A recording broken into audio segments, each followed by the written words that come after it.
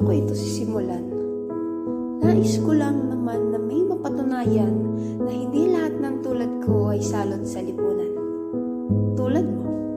Tulad mo na pinagtaksilan, taksil lang mundo. Sinubukan ko lang naman na magpakatotoo, pero bakit? Bakit ganito? Malibang maging isang tulad ko at halos ipagtabuyan na ng gusto. Sabi ni nanay, umibig ka na hindi ituturing ang iyong kasarian bilang hangganan ng iyong katauhan, bagkus ituring itong pundasyon ng katotohanan.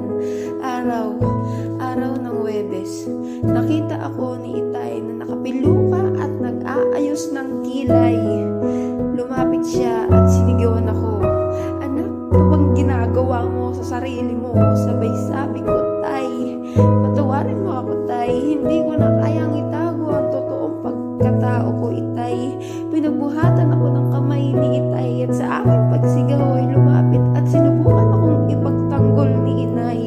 Ngunit sa huli ay naiwan pa rin akong nakahandusay. Sa tuwing ako'y lalabas, mga matay nakatitig, nagbubulungan, nagtatawanan, at minsan ay nagsisigawan at ilang pagkatao ko ay hindi nababagay. Nay, pasensya na Inay kung katawan ko'y bumigay, pero lahat naman ay aking binigay. Mapabuti lang sa paningin ni Tatay. Nay, gusto ko ng pag-ibig na katulad ng sa telenovela. Gusto kong sumaya na hindi lamang sa umpisa. Gusto ko ng pagkilala na tulad ng sa iba.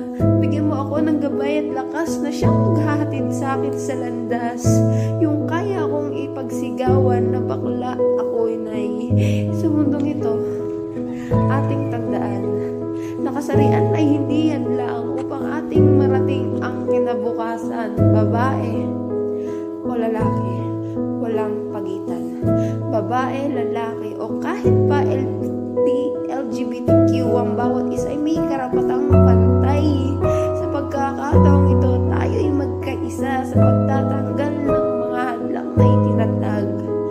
Maliwanag man o madilim, boses man ay di rinig, may tinig pa rin aking isasambit.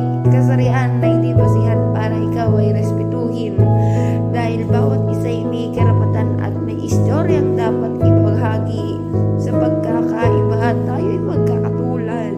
Sa pagmamahal at respeto, magkasamang yumakap. Kasarian, awit ay kalayaan at pagkakaisa. Sa puso natin, tayo ay isa at pantay-pantay pa rin.